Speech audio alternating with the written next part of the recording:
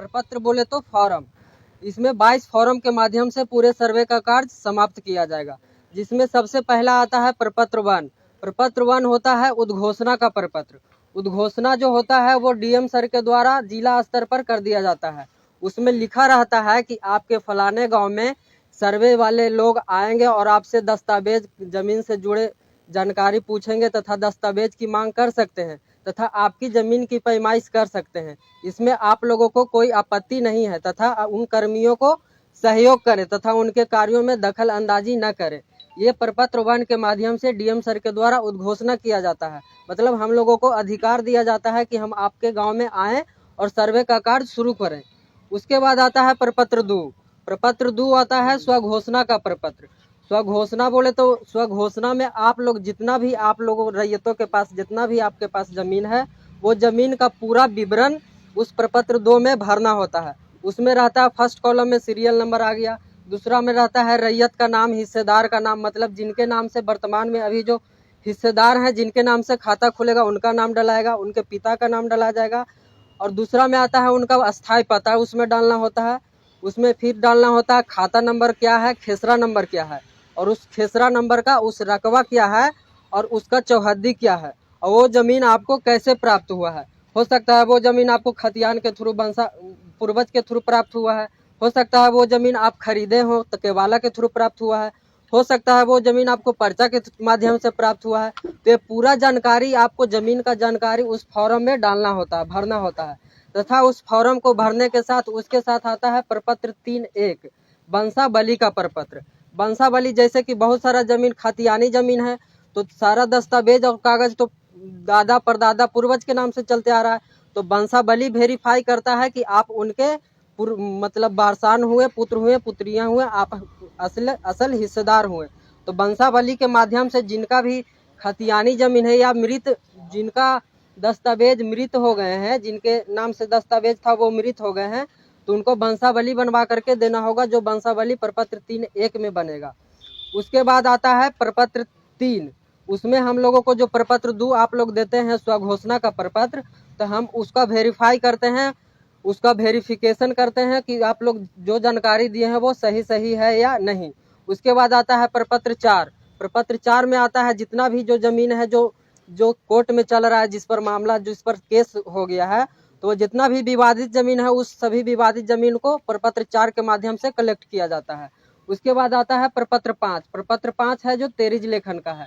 तेरिज लेखन बोले तो खतियानी विवरण जो 1914 या 1915 1910 के आसपास जो सर्वे हुआ था, उस सर्वे में किनके नाम से खतियान में वो जमीन चढ़ा था, वही खतियान का सारांश प्रपत्र 5 में हम लोगों को भरना होता है। जिस आधार पर जो आप लोग बंसावली दीजिएगा, हकदार दीजिएगा कि मेरा खाता नंबर इतना, खेसरा नंबर इतना है, तो वो हम तेरिज लेखन कर रहे हैं प्रपत्र 5 में, उससे हम लोग आप लोगों को जो बंसावली रहेगा उससे वेरीफाई करेंगे। उसके बाद आता है ये जो पूरा प्रोसेस है, इस सब प्रोसेस आता है किस्तबार। ये जो सर्वे का कार्य है इसमें 3 गो प्रोसेस है। सबसे पहला है किस्तबार का प्रोसेस, उसके बाद है खानापुरी, उसके बाद है विश्रांति। किस्तबार के प्रोसेस में ही आप लोगों को प्रपत्र 2 जमा करना है और उसके बाद हम लोग जब आप पूरा फार्म कलेक्ट हो जाएगा प्रपत्र 2 का, उसके बाद हम लोग आएंगे ग्राम सीमा का सत्यापन करेंगे कि आपका जो बॉर्डरिंग है। आप लोग को बता दें कि आज से 7 से 8 साल पहले हवाई एजेंसी के द्वारा पूरा बिहार का नया नक्शा तैयार कर लिया गया है। वो नक्शा हम लोग, जिसको स्पेशल सर्वे मैप बोला जाता है, वो मैप हम लोगों को दिया जाएगा और वो मैप लेकर के हम अब निजी जमीन पर उतरेंगे और सबसे पहले उस ग्राम का सीमा का सत्यापन करेंगे। उस ग्राम का सीमा का सत्यापन करेंगे, उसके बाद फिक्स्ड पॉइंट को, मुस्तकिल को ढूंढेंगे और फिक्स्ड पॉइंट को बनाएंगे। फिक्स्ड पॉइंट बनाने के बाद नए खेसरे का निर्माण करेंगे। जो भी पुराना प्लॉट है उसमें तो बहुत सारा डिवाइडेशन हो गया है, तो इस जो नया नक्शा है उसमें नया प्लॉट नंबर दिया जाएगा। यह प्रोसेस है जो उत्तर पश्चिम दिशा से शुरू किया जाएगा। प्लॉट नंबरिंग देना शुरू किया जाएगा उत्तर पश्चिम दिशा से, नया प्लॉट नंबर। तो ये जो पूरा प्रोसेस है जो एक किस्तवार कहलाता है। ये जब किस्तवार का प्रोसेस समाप्त हो जाएगा उसके बाद आएगा खानापुरी। खानापुरी का जो प्रोसेस है जो प्रपत्र 6 में है। प्रपत्र 6 में है कि वो काम होगा जो हम लोग नया प्लॉट, जो प्लॉट नंबर दिए, नया प्लॉटिंग किए, नया खेसरा नंबर दिए, तो भूमि स्वामित्व का निर्धारण प्रपत्र 6 के माध्यम से किया जाता है। कि जो नया प्लॉट नंबर 1 बना 2 बना उनका असल हकदार कौन है। मतलब भूमि स्वामित्व का निर्धारण प्रपत्र 6 के माध्यम से किया जाएगा। जब प्रपत्र 6 के माध्यम से भूमि स्वामित्व का निर्धारण कर लिया जाएगा, उसके बाद आप लोगों को प्रपत्र 7 में खानापुरी का पर्चा दिया जाएगा। खानापुरी पर्चा कहने का मतलब है कि आपको जो खतियान प्रपत्र 6 ही है जो खतियान का निर्माण हो गया, नया खतियान का निर्माण, उसी में आपका सारा विवरण, नया खाता नंबर, नया खेसरा नंबर, पुराना खाता नंबर, पुराना खेसरा नंबर, नया रकबा और उसका चौहद्दी क्या है, किनके नाम से खाता खुला, मतलब खतियान का नकल पर्चा आप लोगों को उपलब्ध कराया जाएगा कि आप लोग वेरीफाई करिए कि आपका जमीन सही चढ़ा है या नहीं। अगर उसमें कुछ त्रुटि और प्रपत्र जो साथ देंगे खानापुरी पर्चा वेरीफाई करने के लिए, उसके साथ एलपीएम भी हम आप लोगों को देंगे। एलपीएम बोले तो लैंड पार्सल मैप, जो भी आप लोगों का जमीन है उसका नक्शा, एक नया नक्शा का निर्माण किया जाएगा। वो नक्शा और खानापुरी का पर्चा आप लोगों के बीच में बांटा जाएगा।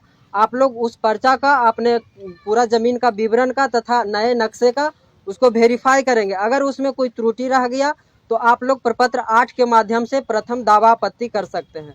बाद में किन्हीं का रकबा कम चढ़ा, किन्हीं का खेसरा नंबर छूट गया, तो आप लोग अपना पूरा वेरीफाई करके प्रपत्र 8 के माध्यम से उसको दावा आपत्ति करेंगे कि सर मेरा ये जमीन छूट गया है, चाहे मेरा ये त्रुटि रह गया है।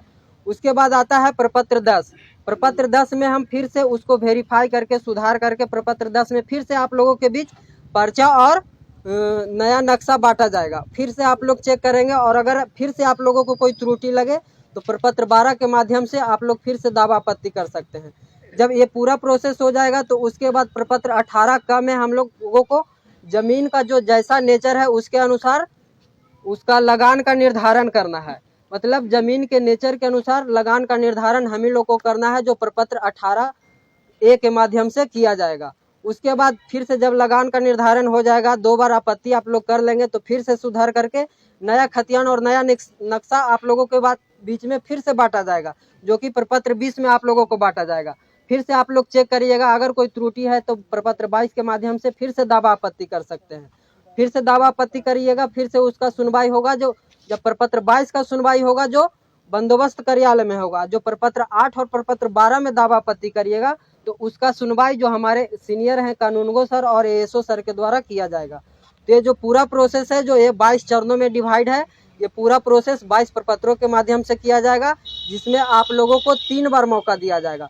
प्रपत्र 8 में, प्रपत्र 12 में, प्रपत्र 22 में आप लोग अपना जमीन को सुधार के लिए 3 बार आप लोगों को मौका दिया जाएगा कि अगर कोई त्रुटि है तो 3 बार आप अपना आपत्ति कर सकते हैं। इसके बाद आप लोगों को गांव का अधिकार अभिलेख, मतलब नया नक्शा, नया खतियान फाइनली रूप से अपडेट हो जाएगा। नया खतियान, नया नक्शा का निर्माण कर दिया जाएगा तथा आप लोगों को नया नक्शा और नया खतियान लोगों के बीच में बांट दिया जाएगा और ये पूरा जो प्रोसेस होगा पूरा ऑनलाइन चढ़ जाएगा। जब भी आपका नया नक्शा और नया खतियान का निर्माण होगा तो वो पूरा डिजिटल हो जाएगा। आपके नाम से फलाने गांव में जैसे ही आप अपना नाम दर्ज करिएगा, आप लोगों को ये पूरा सर्वेक्षण के बाद जैसा आधार कार्ड होता है उसी प्रकार से 16 डिजिट का आप लोगों को एक कार्ड दिया जाएगा, भूधारी कार्ड, जिसमें आप जैसे ही ऑनलाइन सर्च करिएगा तो आपके फलाने गांव में जितना भी ज़मीन है उसका खाता नंबर, उसका खेसरा, उसका प्लॉट, उसका चौहद्दी, उसका कितना रकबा है और किनके नाम से वो ज़मीन है, वो पूरा डिटेल्स ऑनलाइन शो कर देगा कि आपके पास कुल कितना संपत्ति है।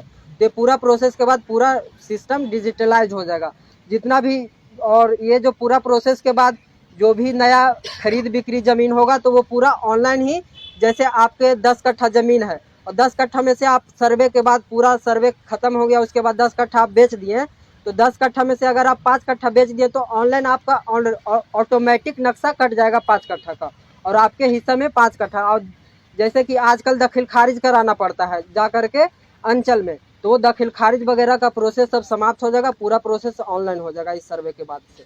तो सबसे पहले आप लोगों को यही सर्वे का उद्देश्य है नए खतियान और नए नक्शे का निर्माण करना। इसमें सबसे पहले आप लोगों का कर्तव्य है कि अपने जो भी भूमि है उसके सीमा, मतलब अपने मेढ़ को सीधा कर लेना तथा अपने जो भी कागजात है ज़मीन से रिलेटेड वो इकट्ठा कर लेना तथा प्रपत्र 2 के माध्यम से स्वघोषणा जल्द से जल्द 20 से पहले सभी रैयतों को प्रपत्र 2 में स्वघोषणा भर करके उसके साथ जो ज़मीन आपको जैसे प्राप्त हुआ उसका दस्तावेज अगर खतियानी है तो खतियान का नकल, खरीदी है तो केवाला, और पर्चा के थ्रू प्राप्त है तो पर्चा उसमें लग जाएगा, तथा रसीद का उसके में फोटोकॉपी लग जाएगा, और एक आधार कार्ड का फोटोकॉपी लगा करके प्रपत्र 2 में आप लोगों को जमा करना है। ये पूरा जो डॉक्यूमेंट्स आप लोग जमा करिएगा वो 20 से पहले जमा कर देना है। यही सर्वे का पूरा प्रोसेस है और इसी के साथ पूरा सर्वे किया जाएगा। 20 सितंबर से पहले ऊपर से डेट आया है। आप लोगों को भली भांति जानते होंगे कि ये सर्वे एक समय बाउंड प्रक्रिया है। ये सर्वे का कार्य ऊपर से ऑर्डर दिया गया है कि 2025 के जून में ये सर्वे समाप्त कर लिया जाए, तो उसी के अनुसार से ऊपर से डेट आया है कि 20 से पहले सभी रैयतों को अपनी स्वघोषणा प्रपत्र 2 के माध्यम से जमा कर देना है। दाखिल खारिज जिसका नहीं हुआ है वो अभी वर्तमान में स्वघोषणा में अपना फॉर्म में पूरा खाता नंबर, खेसरा नंबर और उसका जो दस्तावेज का फोटोकॉपी, आधार कार्ड का फोटोकॉपी के साथ शिविर में जमा करना सुनिश्चित करेंगे। शिविर पंचायत स्तर पे लगेगा। ये जो शिविर जो पूरा जो रुक जाइए, ये जो शिविर जो प्रत्येक अंचल, बिहार के 38 जिला है, तो प्रत्येक अंचल में एक शिविर का गठन किया गया है। वही शिविर के माध्यम से उस पूरे अंचल का सर्वे का कार्य किया जा रहा है, जो कि केसरिया ब्लॉक का जो शिविर का गठन किया गया है, विशेष सर्वेक्षण शिविर का गठन, वो लोहरगामा के पंचायत सरकार भवन में किया गया है।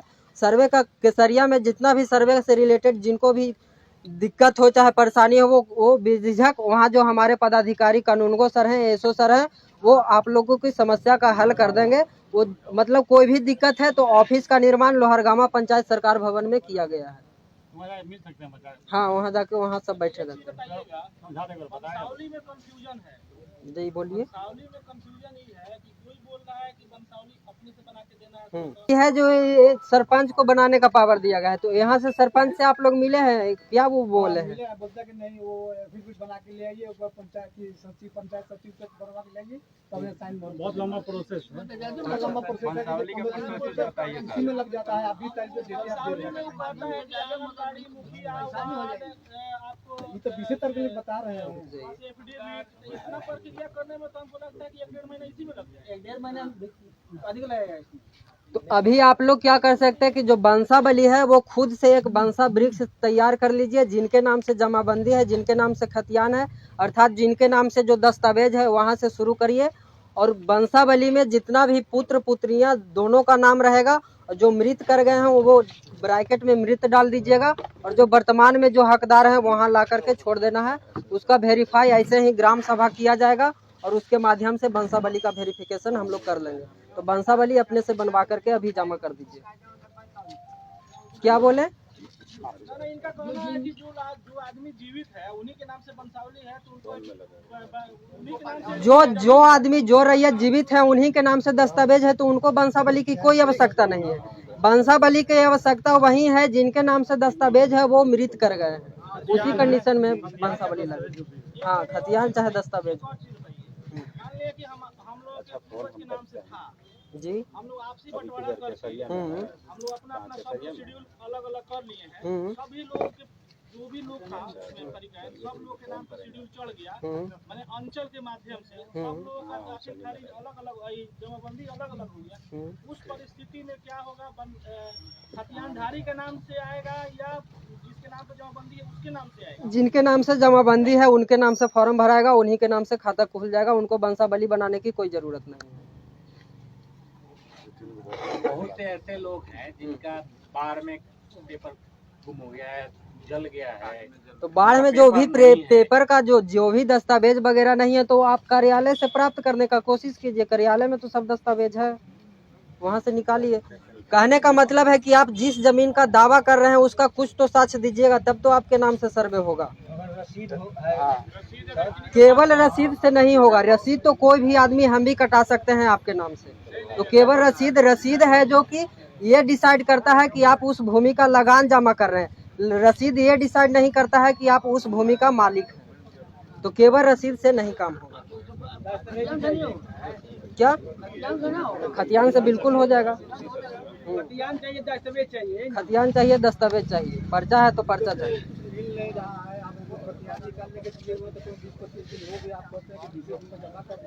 तो खतियान तो आजकल ऑनलाइन भी उपलब्ध है सारा जगह का। खतियान तो ऑनलाइन उपलब्ध है। जो गवर्नमेंट के रिकॉर्ड में खतियान नहीं है, दस्तावेज उसका है, उसका क्या करेंगे? तो दस्तावेज के साथ जमा करिए स्वघोषणा।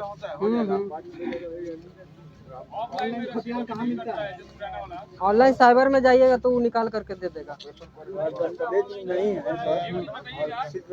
जो भी कागजात है उसके साथ भर करके जमा करके कि जून 2025 में सर्वे समाप्त हो जाएगा।